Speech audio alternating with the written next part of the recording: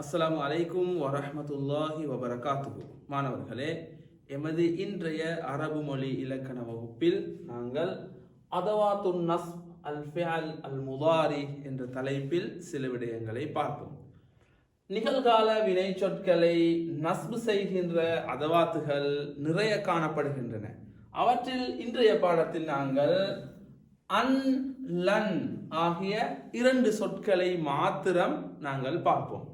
இந்த அன் லன் நிகழ்கால வினை சொற்களுக்கு முன்னால் இடம்பெறுகின்ற பொழுது அந்த நிகழ்கால வினை சொற்களை நஸ்பு செய்கின்றது என்பதுதான் இதனுடைய வேலையாக காணப்படுகின்றன.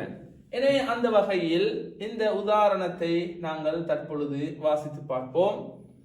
மின் சிஃபாத்தி தாலிபல் மிசாலி ஐயுஹாஃபில அலா ஸலாத்திஹ் وأن يكون حسن الأخلاق وأن يهتم بنظافته ومظهره وأن يكون محبوبا لدى زملائه وأن يحصل على امتياز في الاختبارات.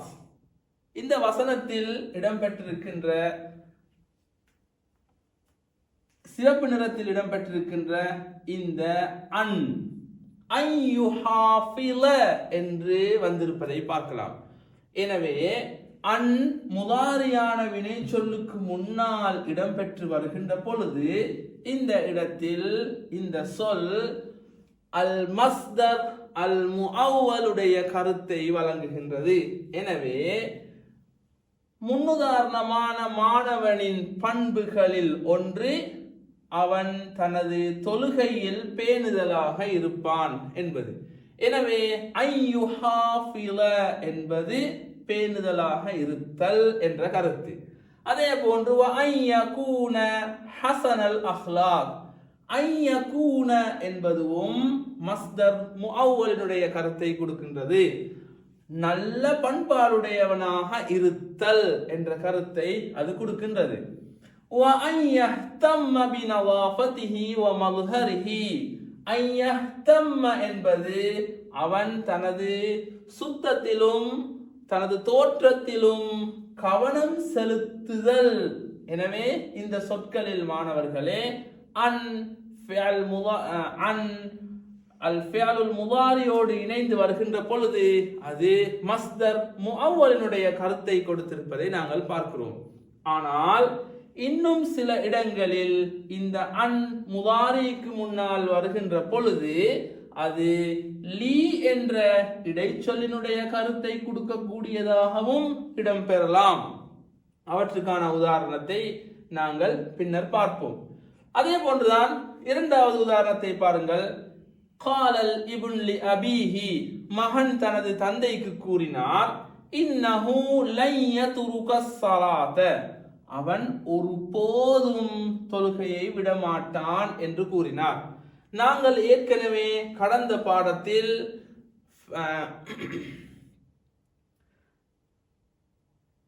அதவாத்துன் நஃபி என்ற பாடத்தை நாங்கள் பார்க்கின்ற பொழுது லன் என்ற இந்த சொல்லினுடைய கருத்தை நாங்கள் பார்த்தோம். ஒரு முதாரியான வினை சொல்லுக்கு முன்னால் நஃபி ஆக்குவதற்கு, அதனை எதிர்மறையான வசனமாக்குவதற்கு லா பயன்படுத்தப்படுகிறது. அதனை உறுதிப்படுத்தி சொல்வதற்காக லன் பயன்படுத்தப்படுகிறது என்பதை நாங்கள் கடந்த பாடத்திலே பார்த்தோம். எனவே அந்த வகையில் லன் யத்ருக ஸலாத வலன் யுஹ்மில துரூஸஹு வலன் யதஅஹ்ஹர அனித் திராஸா பஅதல் யௌம். எனவே இங்கு தொழுகையை ஒருபோதும் விடமாட்டான், அதே போன்று தனது பாடத்தில் ஒருபோதும் பொடுபோக்காக இருக்க மாட்டான், இன்று முதல் இதற்கு பிறகு பாடத்துக்கு தாமதமாகவே மாட்டான் என்று உறுதிப்படுத்தி லன் சொல்லி இருப்பதை பார்க்கலாம். எனவே அன்புக்குரிய மாணவர்களே, இந்த இரண்டு அதவாத்து நஸ்புகளிலே காணப்படுகின்ற இந்த இரண்டு ஹர்ஃபுகளும் நிகழ்கால வினை சொற்களுக்கு முன்னால் வருகின்ற பொழுது அது எப்படி அந்த வினை சொல்லை நஸ்பு செய்கின்றது என்பதற்கான உதாரணங்கள் இங்கே வழங்கப்பட்டிருக்கின்றது. இந்த பயிற்சியை நாங்கள் செய்து பார்ப்போம். ஃபிஅலுல் முதாரியில் ஃபிஅலுல் முதாரியில் நஸ்பு செய்யக்கூடிய அந்த ஹர்ஃபுக்கு கீழால் ஒரு கோடை இடுவதன் மூலமாக நாங்கள் இந்த பயிற்சியை செய்து பார்ப்போம். யஜிபு அன் யதவல்லா அல் முஸ்லிம் قبل அதாஇ ஸலா. அன் யதவல்லா என்று கூறுகின்ற பொழுது நிகழ்கால வினை சொல்லுக்கு முன்னால் அன்னிடம் பெற்றிருக்கின்றது. லன் யதுகுலன் நார ரஜுலுன் ஷஹித பத்ரன் வல் ஹுதைபியா.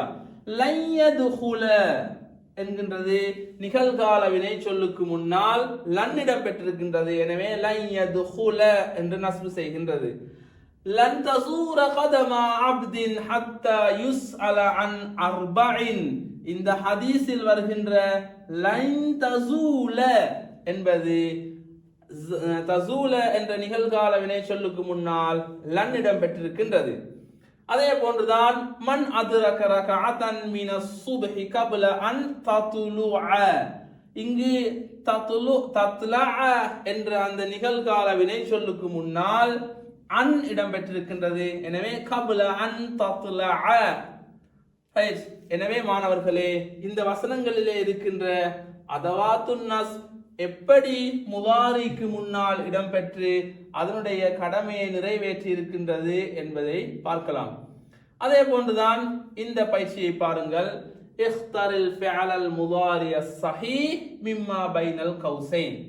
இங்கு அடைப்புக்குறியில் இருக்கின்ற சரியான பொருத்தமான வினை சொற்களை இந்த இடைவெளிக்கு நாங்கள் தெரிவு செய்ய வேண்டும். உதாரணமாக உரீது அன் அஃப்ஹமத் தர்ஸ. எனவே அன், அஃப்ஹம, அஃப்ஹமு, அஃப்ஹம் என்று 3 சொற்கள் காணப்படுகின்றது. எனவே அன் இடம் பெற்றிருப்பதனால் இங்கு நஸ்பு செய்யப்பட்ட அஃப்ஹம என்ற சொல் தான் பொருத்தமானது.